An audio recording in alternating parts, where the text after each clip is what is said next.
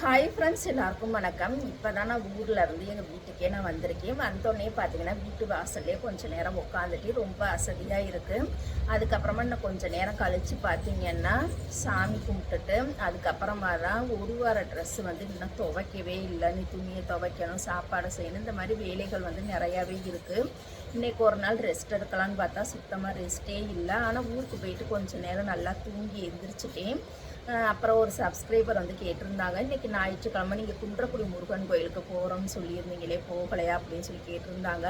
எனக்கு அங்கே போகாது தான் ரொம்ப மன வருத்தமாகவே இருக்குது. ரெண்டாவது இங்கே ஊரில் இருக்க கஸ்டமருமே பார்த்தீங்கன்னா அவங்களுமே ப்ளவுஸ் கொடுத்து ரொம்ப நாள் ஆகிருச்சு. சரி, இந்த முறையாச்சு நம்ம தச்சிட்டோம், கொண்டு போய் கொடுத்துட்டு ரிட்டன் வரும்போது வேறு கஸ்டமர் துணி தர்றோம்னு சொன்னாங்களா, அதை வாங்கிட்டு வந்துடலாம் அப்படிங்கிறதுக்காக தான் நான் போயிருந்தேன். ஆனால் எனக்கு கோயிலுக்கு போகாது ரொம்ப ரொம்ப மன வருத்தமாகவே இருக்குது. அதனால முருகர்கிட்ட வந்து இப்போ வீட்டில் வந்து முருகர்கிட்ட சாரி முருகா, என்னால் வர முடியலை, அடுத்த வாரம் நான் கண்டிப்பாக வந்துடுறேன் அப்படின்னு சொல்லிட்டு மன்னிப்பு கேட்டுட்டு வீட்டிலே தான் இப்போ வந்து நான் வேல்மாறல் மந்திரம் வந்து படிக்க போகிறேன். என்கிட்ட வீட்டில் பார்த்தீங்கன்னா வெத்தலை இருக்குது, மலர்கள் இருக்குது, அதை வச்சு அலங்காரம் பண்ணிட்டு வேல்மாறல் மந்திரத்தை தான் நான் வந்து இப்போ வந்து பிரார்த்தனை பண்ண போகிறேன். ஆனால் அடுத்த வாரம் கன்ஃபார்மாக நான் வந்து போயிடுவேன். ஞாயிற்றுக்கிழமை அடுத்த வாரம் போகும்போது கண்டிப்பாக உங்களுக்கு ஒரு வீடியோ வந்து நான் அப்லோட் பண்ணுறேன், ஓகேங்களா? ஆனால் 2 வருஷமாக தொடர்ந்து இந்த வேல்மாறல் மந்திரம் படித்தனால தான் நான் கடையில் தைக்கிறதுக்கான வாய்ப்பு வந்து முருகர் வந்து எனக்கு வந்து கொடுத்துருக்குறாரு. ஆனால் எனக்கு ரொம்ப நாளாக ஆசை கடையில் தைக்கணும், கடை போட்டு தைக்கணும்னு ரொம்ப நாளாக ஆசை. ஆனால் இந்த தொடர்ந்து 2 வருஷமாக வேல்மாறல் மந்திரம் படித்தனாலேயே எனக்கு கடையில் தைக்கிறதுக்கான வாய்ப்பை வந்து அந்த முருகர் வந்து கொடுத்துருக்குறாரு. அதனால் எனக்கு ரொம்ப வந்து மகிழ்ச்சியாக இருக்குது, சந்தோஷமாகவும் இருக்குது. நீங்களுமே தொடர்ந்து வந்து படிங்க. ஆனால் முருகரை கும்பிட்டே இருந்தோம்னா நிறையா சோதனைகளும் கொடுப்பாரு.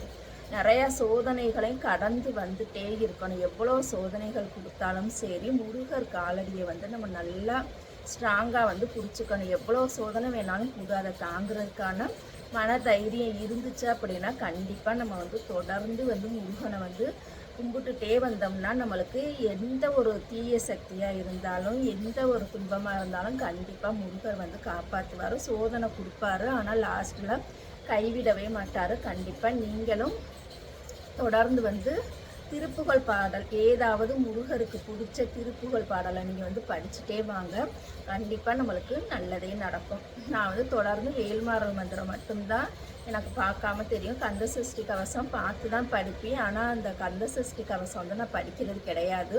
வேல்மாறல் மந்திரம் மட்டும்தான் இப்போ வரைக்கும் எப்போ சாமி கும்பிட்டாலும் சரி வேல்மாறல் மந்திரம் ஃபுல் பாடலையுமே படித்து முடித்ததுக்கப்புறம் தான் நான் வெளியில் வருவேன். கொஞ்சம் எப்போயாவது டைம் கிடைக்கல அப்படின்னா மட்டும்தான் ஓம் சரவணபவ வந்து 108 முறை எழுதுவேன். அப்படி இல்லாட்டின்னா வாயிலே கூட 108 முறை சொல்லிட்டு சாமியை கும்பிட்டுட்டு வந்துடுவேன்.